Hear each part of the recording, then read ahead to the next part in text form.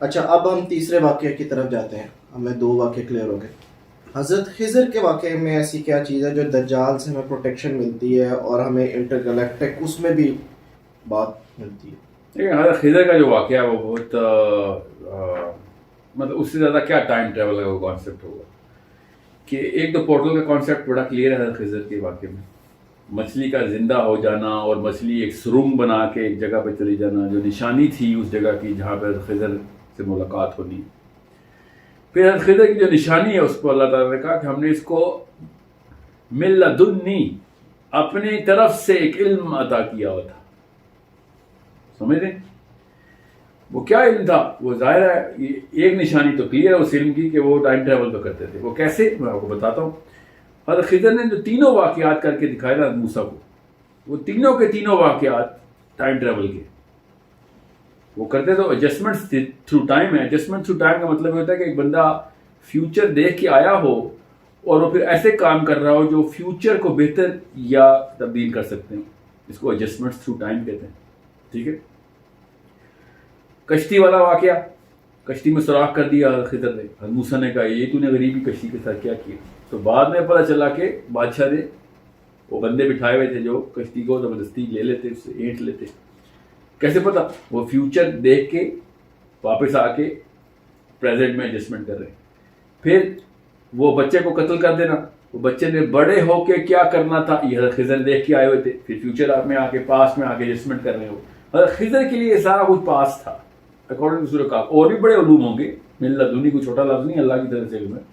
مگر تیسرا جو واقعہ دیوار کھڑی کر دی، ٹھیک ہے، اور معاوضہ نہیں لیا اور پتہ چلا کہ وہ ایک خزانہ ہے جو کہ ان دو بچوں کو ملے گا. جب وہ دیوار گر جاتی تو پھر وہ پہلے ہی ایکسپوز ہو جاتا خزانہ.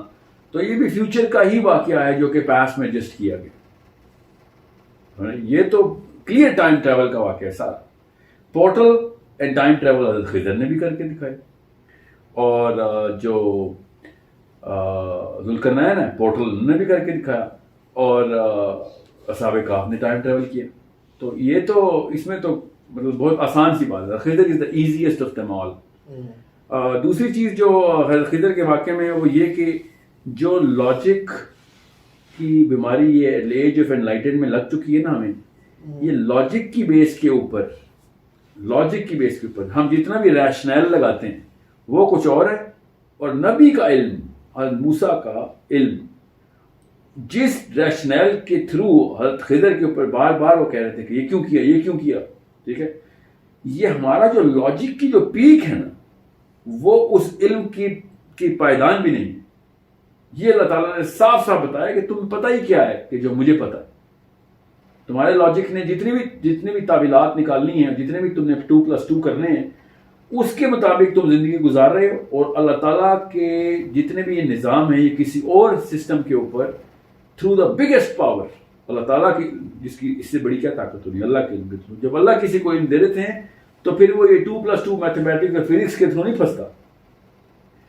پھر وہ کوئی اور ہی طریقے سے وقت کی قید سے باہر جا کر اور بھی بڑے پورٹلز کے تھرو ڈائمینشنز کی قید سے باہر جا کر، کیونکہ اللہ تعالیٰ نے قرآن میں کہا ہے کہ اگر تمہیں طاقت ہے، قوت کا لفظ ہے، تو اوپر آ کے دیکھ لو، یہ پورٹل جتنی ہیں ٹریول کر کے دیکھ لو اور دیکھو گے کہ طاقت اللہ ہی کے پاس ہے. خالی سلطان کا لفظ ہے وہاں پہ کہ تم کر تو نہیں سکتے مگر قوت ہے تو کر کے دیکھو. آؤ گے اوپر کا لفظ ہے کہ اوپر آ کے دیکھو ان راستوں سے. یہ قرآن پاک میں سبب آگے لفظ ہے کہ اوپر آ کے دیکھو، پھر تمہیں پتہ چلے گا کہ طاقت اصل میں کس کی ہے.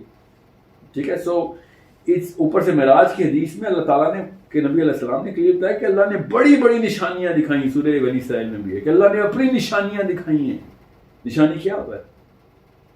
یہ سارے کے سارے جس کو ہم معجزہ کہتے ہیں نا، کہ اللہ تعالیٰ نے بھی ان کے راز افشا کیے اللہ تعالیٰ کے نبی علیہ السلام پہ کہ یہ ایسے ہو رہا ہے، یہ ایسے ہو رہا ہے، یہ نشانی دیکھو، یہ کر کے دکھا سکتا ہے. اسی لیے تو اتنا بڑا واقعہ ہے یہ معراج کا کہ اللہ تعالیٰ کی نشانیاں آنکھوں سے دیکھ کے آئے اللہ کے نبی علیہ السلام. یہ سدرۃ المنتہا ہے. عبداللہ بن عباس کہتے ہیں کہ یہ 6 آسمان سے سٹارٹ ہوتا ہے اور 7ویں آسمان تک جاتا ہے. اتنا بڑا درخت ہے یہ. کیا کس چیز کا درخت ہے؟ جس پہ وہ مٹکے لگے ہوئے ہیں پھلوں کے، جو انہوں نے شیپ بتائی، اور کس طرح کا کلر ہے، اور کون سا دریا نکل رہا ہے سدرۃ المنتہا کے. اور صاحب نے بتایا فرات کا اور نیل کا دریا نکل رہا ہے. سمجھ رہے ہیں؟ وہاں سے نکل رہا ہے دریا. یہ سارا کا سارا نظام پورٹل کے تھرو یہ ساری انٹری اینڈ ایگزٹس ہیں. اور جو بیت المعمور ہے جس پہ حضرت ابراہیم 7ویں آسمان کے اوپر ہے وہ ایگزیکٹ کعبے کے اوپر ہے. یہ سب بتایا جا رہا ہے. عیسیٰ کس آسمان میں مل رہے ہیں, حضرت ادریس کس آسمان میں مل رہے ہیں, یوسف کس آسمان میں مل رہے ہیں, ہارون یحییٰ کس آسمان میں مل رہے ہیں, اور آدم پہلے آسمان میں مل رہے ہیں ان کو. یہ سارے کے سارے معاملات بہت آسانی سے سمجھ آ جائیں گے اور بہت آسان ہو جائے گا دجال کو ڈیل کرنا اگر ہم یہ تینوں صورتوں کو کہ علم کو اکٹھا کریں اور سورہ کہف کے اوپر مرکوز ہو جائے کہ یہ نشانیاں دجال نے جتنی بھی دکھانی ہیں اپنی سورہ کہف پہلے دکھا چکی ہیں ہمیں. اور اس کے تھرو اوپر سے ایک اور چیز جو آخر میں بتاتا چلوں کہ اللہ کے نبی علیہ السلام نے کہا دجال کے دور میں پہاڑوں کا رخ کرو. پہاڑوں میں کیا ہے؟ پہاڑوں میں بتاتا ہوں کیا, جتنی بھی وحی آئی ہے نا وہ پہاڑوں میں آئی ہے. ٹھیک ہے, اللہ کے نبی علیہ السلام کو, اور جتنی تو نہیں, مطلب جو فرسٹ انٹری ہے. ٹھیک ہے, حضرت عیسیٰ یاجوج ماجوج سے بچ کے کہاں بھاگیں گے؟ پہاڑ پہ بھاگیں گے. پہاڑ تک نہیں چڑھ سکتے وہ. ہم نے تو ابھی کہا ذوالقرنین نے پہاڑ پہ دیوار بنا دی ہے, تو وہ تو پہاڑ نہیں چڑھ سکتے. اس کا مطلب ہے سوچیں تو صحیح, کون سی جگہ پہ جا رہے ہیں عرب میں, کون سی ایسی K2 کی پہاڑی عرب میں جو یاجوج ماجوج نہیں چڑھ سکتے. پہاڑوں کے تھرو دجال کو اللہ کے نبی صلی اللہ علیہ وسلم نے ہمیں کیوں کہا پہاڑوں پہ جاؤ؟ سارے گاؤں اور قریے میں جائے گا, ہر شہر میں جائے گا. ہمارے علاقے کے سوات کے پہاڑ نہیں چڑھ سکے گا وہ. یہ پہاڑوں میں اور سورہ کہف کے کمبینیشن میں یہ بہت آسانی ہو جائے گی ہمیں کہ we will be able to find out those doorways through which we can escape, not fight مگر اسکیپ, بھاگ سکیں گے ہم اس کی پہنچ سے باہر. اور یہ ہے اصل میں ایک انداز دیکھنے کا سورہ کہف کا, جس سے سمجھ آتی ہے کہ جس طریقے سے سائنس ترقی کر کے آگے جا رہی ہے, جس طریقے سے دجال کی طاقت کا اللہ کے نبی علیہ السلام نے بیان فرمایا, اسے صاف سمجھ آتی ہے کہ وہ کوئی اچھا دوسری ایک چیز میں مس کرتا ہوں ہمیشہ, یہ جو دجال کے گدھے کے کان ہیں, یہ دجال کا گدھا دابت الارض کی طرح کا ایک دابہ ہے, ایک کریچر ہے جو کہ کسی اور پلانٹ سے اس نے پکڑا ہے یا کسی اور ڈائمینشن سے لے کے آیا ہے اور وہ ٹریول کرتا ہے. یہ زبردستی ہم نے گدھے کو جہاز کیوں بنایا؟ واہ, کچھ سوچیں تو صحیح نا, کوئی گدھے کی مثال کیوں دی اللہ کے نبی علیہ السلام نے؟ تو ہم سمجھتے ہیں کہ وہ انالوجی ہے, وہ میٹافر ہے, سملی. جب گدھا ہی ہوگا, سالے کی اونٹنی بھی کوئی عام اونٹنی نہیں تھی, وہ باقی کی اونٹنیوں سے 100 گنا بڑی اونٹنی تھی. جو نشانیاں قرآن پاک میں بتائی ہیں نا سالے کی اونٹنی کی, اور حدیث سے پتہ چلتا ہے کہ لوگوں نے ڈیمانڈ کی تھی کہ اتنی بڑی ہو, اتنا دودھ دیتی ہو, یہ سائز ہو, یہ گردن ہو. یہ ساری کی ساری چیزیں پوری کر کے دکھائیں اللہ تعالیٰ نے. بالکل اس طریقے سے گدھے کو بھی اسی طرح کے کان دیں جو کہ عود کے پہاڑ جتنے کان ہوں, اور وہ پھر ٹریول بھی ایسے ہی کرتا ہو. براق جو تھا وہ ایک ہورائزن سے دوسرے ہورائزن تک ایک قدم میں جاتا تھا. یہ نشانی ہے براق کی, اللہ کے نبی علیہ السلام نے حدیث میں بتایا کہ اتنی اسپیڈ سے وہ آگے سے آگے جست لگا رہا. تو دجال کا گدھا بھی اسی طریقے سے سوچے نا, اللہ کے نبی صلی اللہ علیہ وسلم براق پہ گئے نا, جہاز میں تو نہیں گئے. وہاں پہ براق کو گھوڑا کیوں کہا ہم نے؟ وہاں پہ بھی گھوڑے کو آپ جہاز کیوں نہیں بناتے؟ پھر گھوڑے کا گھوڑا ہی رکھا ہوا, مگر اس کے گدھے کو آپ نے جہاز بنا دی. یہ بہت آسانی سے سمجھ آ جائیں گی ساری باتیں اگر ہم اپنے پرسپیکٹ کو کلیئر کریں کہ شروع کے انبیاء یہ ساری نشانیاں آسانی سے دیکھتے ہیں, نوح کے دور میں بھی. اور بائبل کا ایک بہت ہی کرسپ بیان ہے کہ دجال کا جو دور ہوگا وہ وہی دور ہوگا, سب کچھ وہی ہو رہا ہوگا, ویسے ہی ہو رہا ہوگا جیسے نوح کے دور میں ہو رہا تھا. یہ بائبل کے بلیورز اس آیت کو اسی طریقے سے لکھتے ہیں کہ دجال کے دور کی سب سے پہلی نشانی ہے کہ حضرت نوح کے دور کو ریوائیو کرے گا. یہ نہیں کہ وہ والے معاملات وہ جان کے کر رہا ہوگا. مطلب یہ ہے کہ وہ تمام تر معاملات اس وقت نیچرلی ہو رہے ہوں گے کہ نوح کے دور میں تھے. نوح کے دور کے بھی دور بھی یہ معاملات ہیں. انٹر گلیکٹک مخلوق آتی تھی, ان سے مقابلے ہوتے تھے, پورٹلز کھلتی تھیں, اور دجال کے دور میں بھی ایسی کھلیں گی. دجال بھی اور مخلوقیں بھی لے کر آئے گا. ہاں, گدھا تو لے کے آئے گا ایٹ لیسٹ. اب باقی کی مخلوقات ظاہر لے کے اس لیے بھی آئے گا نا کیونکہ وہ جو جنت دوزخ لے کے پھر رہا ہے وہ کوئی نہ کہیں سے تو پورٹل ہی ہے نا.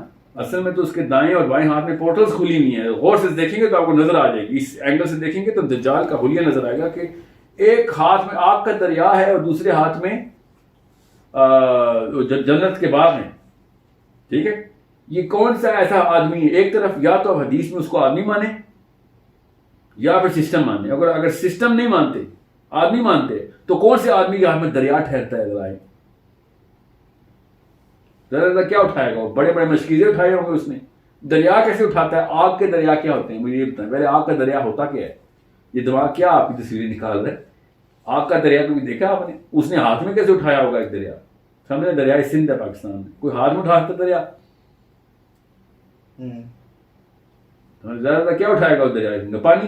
مگر اللہ کے نبی صلی اللہ علیہ وسلم نے کہا ہاتھ میں اس کے ایک ہاتھ میں دریا ہوگا، دوسرے ہاتھ میں جنت کا باغ ہوگا. وہ اس کا مطلب یہ ہے کہ وہ پورٹلز کھلی ہوں گی اور لوگوں کو نظر آتا ہوگا وہ دریا. اور بالکل اس طریقے سے سدرۃ المنتہا پہ عبداللہ بن عباس نے کہا نا کہ دریائے فرات اور دریائے نیل وہاں سے نکلتے ہیں اور زمین پہ بہتے ہیں آگے. سو بالکل اس طریقے سے وہ پورٹل کھلتی ہے. اس نے وہ جو بھی دکھانا ہے دکھائے. اور ہم نے وہ پورٹل، اور چھلانگ لگانے کی بات ہے، آگ کے درخت میں چھلانگ لگا دو، مطلب پورٹل میں انٹر ہو جاؤ. سمجھ رہے؟ سو یہ کلیئرٹی کے ساتھ سمجھ آتی ہے باتیں. اب اس کی جو بیچ کی باتیں ہیں ساری، اور معاملات اور معاشرتیات اور جتنی بھی اخلاقی اور شرعی جو باتیں ہیں جو دجال کے دور میں ہم نے کرنی ہیں، ان احادیث کا بہت بڑا ذخیرہ ہے، وہ اگلے کسی سیشن میں کر لیں گے. مگر وہ کانسیپٹس تو کلیئر ہوں کہ اس اینگل سے دیکھے بغیر کافی ساری چیزیں جو ہیں نا وہ بس وہ زبردستی کی ہیں. اور ڈریں ان علماء سے ڈریں جنہوں نے دجال پہ بیعت کرنی ہے. بس یہ ہے اس کا میرا مقصد ہے بتانے کا، کہ دجال کو ہر اس کانسیپٹ کے اوپر ٹریٹ کریں کہ جو کانسیپٹ آپ کو ابھی سمجھ آنے میں دقت بھی ہو رہی ہے. اس لیول کا دجال ہے اس کا. ہم سمجھ رہے ہیں کہ ہم یہ بیٹھ کے میڈیول باتوں کے اوپر مان لیں گے کہ ذوالقرنین نے 2 پہاڑوں کے بیچ میں لوہے کی دیوار بنائی تھی تو دجال سے مقابلہ کر سکیں گے؟ کبھی بھی نہیں. دجال سے مقابلہ کرنا ہے اپنی امیجنیشن کو اسی لیول پہ رکھیں کہ جس لیول کے اوپر آپ کو عجیب و غریب لگنی شروع ہو جائے. اللہ تعالیٰ کے نبی علیہ السلام نے ارشاد فرمایا کہ ابھی اسلام غربا کے ہاتھ میں، پھر عمومی بات ہو جائے گی، گھر گھر میں پھیلا ہوگا. اور پھر اللہ تعالیٰ نصرت بھی اسلام کو تبھی دیں گے کہ جب اسلام پھر غریب ہو جائے گا، غربا کے ہاتھ میں آ جائے گا. یہ غربا عربی میں غریب کو نہیں کہتے، یہ اردو میں غریب کو کہتے ہیں. غربا ہوتا ہے عجیب و غریب. ابھی میری باتیں جو آپ کو عجیب و غریب لگ رہی ہیں نا، یہی ہے معاملات جو کہ میں بتا رہا ہوں. اسلام کی نصرت آخری دور میں، دجال کے دور میں، وہ عجیب و غریب قسم کے کانسیپٹس میں سمجھ آنی. سو اس کو اسی طریقے سے دیکھیں گے تو کافی ساری چیزیں جو ہے نا وہ اپنے جو پزل ہے کمپلیٹ ہو جائے گا. اور ظاہر ہے میں اب ویڈیوز کے اوپر اتنی زیادہ تفصیل کوشچن آنسر کے علاوہ نہیں کر سکوں گا، بیکاز پھر وہ ویڈیوز کوئی دیکھتا نہیں ہے جزاک اللہ. تو ویڈیو جو دیکھنی ہے اس میں آپ کانسیپٹس کلیئر ہوں. اور یہ 2nd ایپیسوڈ ہے. 3rd ایپیسوڈ میں ہم کوشش کریں گے کہ ہم ان معاملات پہ ڈسکشن کر لیں کہ دجال نے جب آنا ہے، پورٹل سمجھ لیں کھل گئی، سمجھ لیں نہ بھی کھلی، تو دجال کی اس دجل کو سمجھنا کیسے ہے، وہ فتن کیسے آئے گا، بنے گا کیسے، کیوں اللہ کے نبی علیہ السلام نے فتنہ کہہ دیا. سورہ کہف کی آیتیں کیا کہہ رہی ہیں، ہمیں قرآن پاک کھول کے اس کی ایک ایک آیت کے اوپر چلیں اور اس کو اتنی تفصیل سے بیان کر دیں، ہر اس روشنی میں جو سائنس کے تھرو سمجھ آتی ہے، جو کہ صحابہ کے تھرو سمجھ آتی ہے. یہ جو بیچ کے جو 1200 سال کے علماء کرام ہیں، اللہ تعالیٰ ان کے درجات بلند کرے. مگر سورہ کہف پہ آ کے اپنی اڑانیں انہوں نے بہت پست کی.